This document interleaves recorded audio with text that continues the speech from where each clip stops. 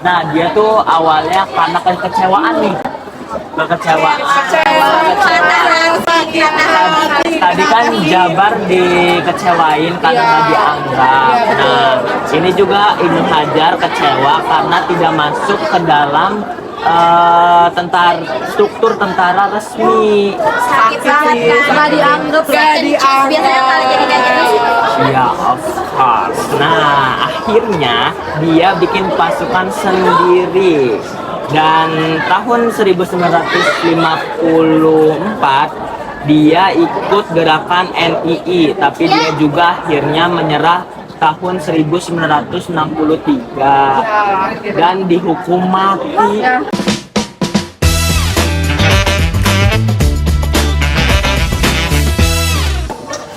Halo Sobat Sejarah. Hai, kenalin aku Elva di sini sebagai host podcast kali ini.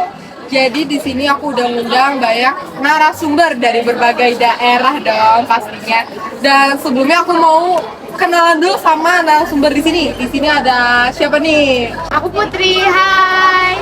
Ini ada Aku Amel, hai. Aku Zaki, halo. Aku Dede, hai. Oke, jadi kita udah kenalan sama narasumber di sini. Dan sebelum mulai ke topik yang bakal kita bahas kali ini, aku mau nanya-nanya dulu deh ke narasumber di sini. Kayak kelihatannya mukanya lemes-lemes gitu ya. 3L, salah hati les. Hati lesu nih. Oke, aku mau nanya dulu dong ke Jaki. Kayaknya kelihatan banget lemesnya. Iya, sebenarnya apa ya? Aku tuh culture shock di kelas 12 tuh tugasnya banyak banget sumpah. Jadi tuh kayak ngerasa dihantam sana sini sama tugas dibantai loh. Ngomong-ngomong dibantai, kayaknya kita mau bahas itu nggak sih di setiap daerah? Benar kan? Kita tuh mau bahas apa sih sebenarnya, Pak? Oke, dari dengar bantai, pastinya bakal merujuk ke berontak nggak sih? Terus Gerakan. Aduh, kalian para sobat sejarah udah kepikiran belum sih kita mau bahas apa nih? Pastinya udah. Kita mau bahas apa ya? Kita mau bahas gerakan pemberontakan DITII. Dari Tiga Jenderal Negara Islam Indonesia atau NII yang mengibarkan bendera di Garut, Jawa Barat.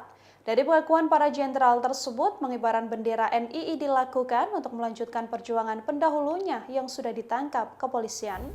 Gerakan Darul Islam atau Tentara Islam Indonesia atau DITII muncul akibat ketidakpuasan sebagian pejuang terhadap pemerintah setelah kemerdekaan, terutama setelah Perjanjian Renville 1948 yang memaksa pasukan Republik mundur dari Jawa Barat dan menimbulkan rasa kecewa karena perjuangan dianggap sia-sia. Dipimpin oleh Kartosuwiryo, gerakan ini bertujuan mendirikan Negara Islam Indonesia atau NII karena menganggap sistem pemerintahan Republik tidak sesuai syariat Islam. Selain itu, ketidakstabilan politik, krisis ekonomi, dan lemahnya pemerintahan pusat pada masa awal kemerdekaan turut mendorong lahirnya gerakan ini, yang akhirnya memicu pemberontakan di berbagai daerah seperti Jawa Barat, Aceh, Kalimantan Selatan, dan Sulawesi Selatan. Ini bakal jadi topik seru banget. Jadi aku bakal mulai dari daerah Jawa Barat dulu karena DITII ini dilakukan dari berbagai daerah. Jadi kita langsung aja nih ke Amel yang bakal ngebahas mengenai Jawa Barat.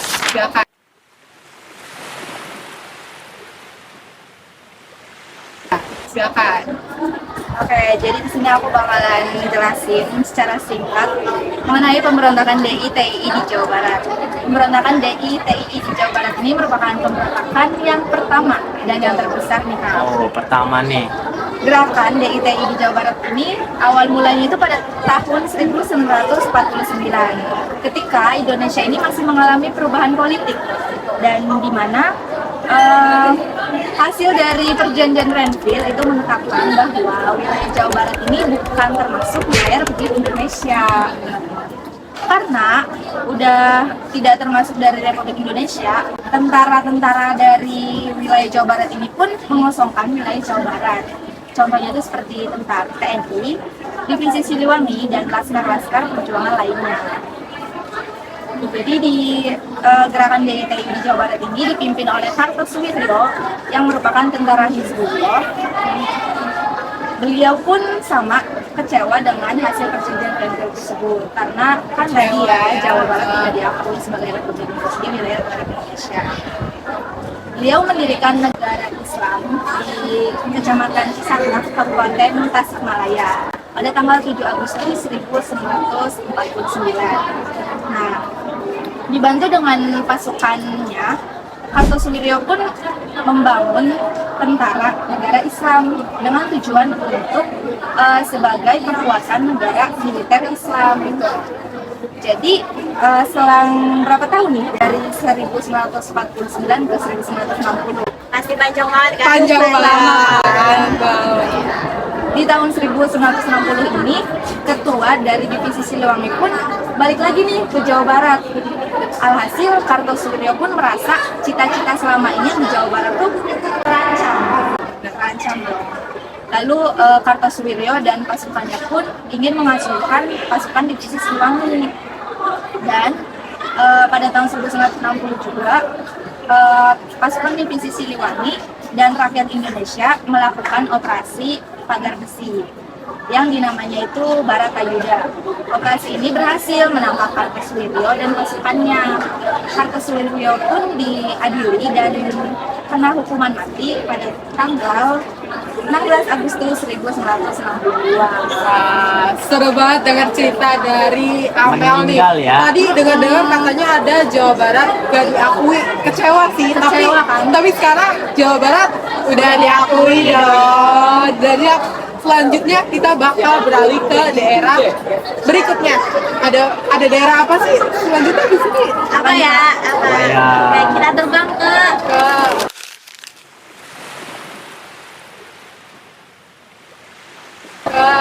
Jawa Tengah. Jawa Tengah. Nggak jauh ya. Nggak jauh. Tetangga.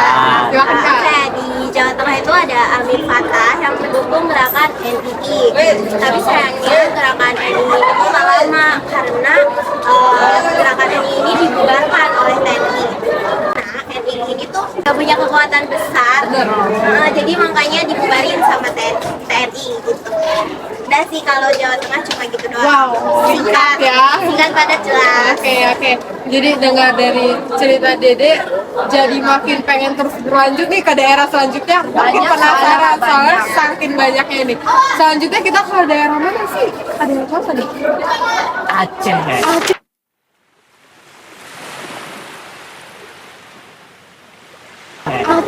Aceh. Silakan. Jadi kan udah ke Jawa Tengah ya, sekarang ke Aceh. Yang Itu jauh Berarti ini tuh kejadiannya tuh di seluruh daerah kayaknya ya. Yuk langsung aja kita dengar Aku lanjutin ya. Jadi di Aceh itu ada tokoh yang bernama Tengku Daud Bere. Jadi Tengku Daud Bere itu kecewa karena status Aceh sebagai provinsi khusus itu dicabut dan penerapan syariat Islam itu nggak ditepatin. Dan pada akhirnya di tahun 1953 Daud Bere itu bergabung ke NII atau Negara Islam Indonesia. Setelah itu mereka akhirnya berdamai. Daud Bere itu menyerah pada tahun 1962 setelah pemerintahan itu menjanjikan status daerah istimewa untuk Aceh. Jadi kayak gitu doang di Aceh. Baik. Berarti untuk sebagai daerah istimewa kepada Aceh ya berarti. Oke, selanjutnya mau dengar lagi nih ke terbang kemana lagi kita kali ini? Ada Kalimantan. Anak kelas 12 terbang gak sih? Ya, kelas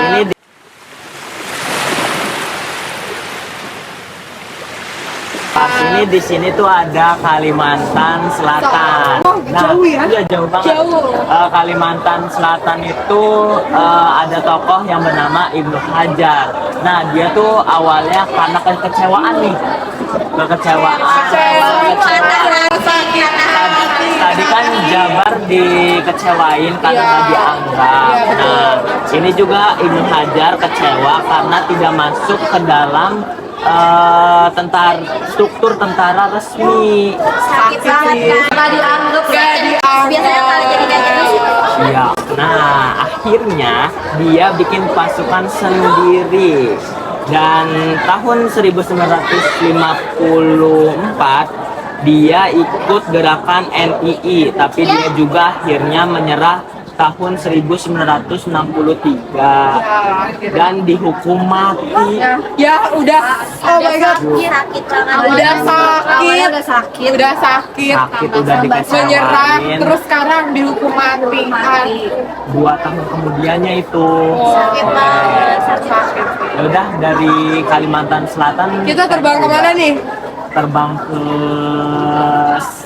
Terakhir gak sih? terakhir. Terakhir ada yang terakhir nih. Oke, untuk terakhirnya kita terbang ke daerah mana ya? Kita terbang ke daerah Sulawesi Selatan. Sulawesi Selatan. Jauh ya, jauh kan sih dari Kalimantan. Tadi udah dari Kalimantan Selatan, sekarang Sulawesi Selatan. Beda pulau. Oke, karena ini terakhir kita punya spesial video buat kalian. Jadi di Sulawesi Selatan itu ada tokoh bernama Kahar Muzakar. Awalnya dia juga seorang pejuang, tapi ia merasa kecewa lantasan tidak dapat posisi di TNI. Lalu pada tahun 1952, dia bergabung dengan NII, Negara Islam Indonesia, dan bikin laskarnya sendiri. Gerakan dia juga paling lama loh, sampai akhirnya dia tewas dalam penyergapan tahun 1965. Sejak saat itu, gerakan DITTII resmi berakhir. Oke teman-teman, kalian udah pada lihat videonya kan tadi? Itu sebagai akhir dari pergerakan DITII. Jadi di sini aku bakal ngulas lagi nih dari berbagai daerah, tapi akhirnya nih. Jadi yang pertama tadi ada dari daerah Jawa Barat. Jadi akhir dari daerah Jawa Barat ini yaitu Kartosuwiryo, dia diadili dan dijatuhi hukuman mati. Oh my god, sedih gak sih? Sedih kan? Kayaknya hampir semuanya dihukuman mati Iya, ya. betul. Selanjutnya yaitu ada dari daerah Jawa Tengah ya kan. Jawa Tengah itu akhirnya yaitu NII dibubarkan oleh TNI karena tidak mempunyai kekuatan yang besar. Lemah, disebut lemah berarti bubar aja deh, bubar gitu kan. Oke, selanjutnya yaitu ada daerah Aceh. Akhirnya yaitu adalah Daud Bere menyerah tanpa syarat dan kembali menjadi masyarakat. Kayak kasihan sih, udah berjuang sebisa mungkin kan ya, tapi semua masyarakat itu. ya udah ujung-ujungnya kembali ke masyarakat. Oke, dan yang selanjutnya itu ada dari Kalimantan Selatan. Akhirnya yaitu adalah 2 tahun kemudian Ibnu Hajar dihukum Mati. dan selanjutnya yang terakhir itu ada Sulawesi Selatan. Nah, Sulawesi Selatan ini menjadi akhir dari pergerakan DITII. Ya, dimana berarti ceritanya sudah selesai sampai di sini. Jadi hikmah yang bisa diambil dari pergerakan DITII ini Kayaknya banyak banget ya. Oke. Jadi hikmah yang bisa diambil dari cerita ini yaitu kita sebagai pemuda yang sudah berpola pikir kritis, kita juga saat menghadapi masalah jangan terlalu tergesa-gesa. Maksudnya mengambil keputusan sepihak saja gitu ya.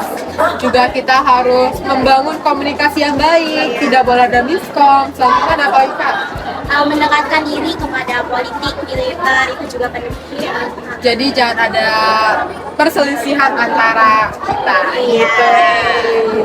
Oke, jadi teman-teman segitu aja nih podcast kita kali ini.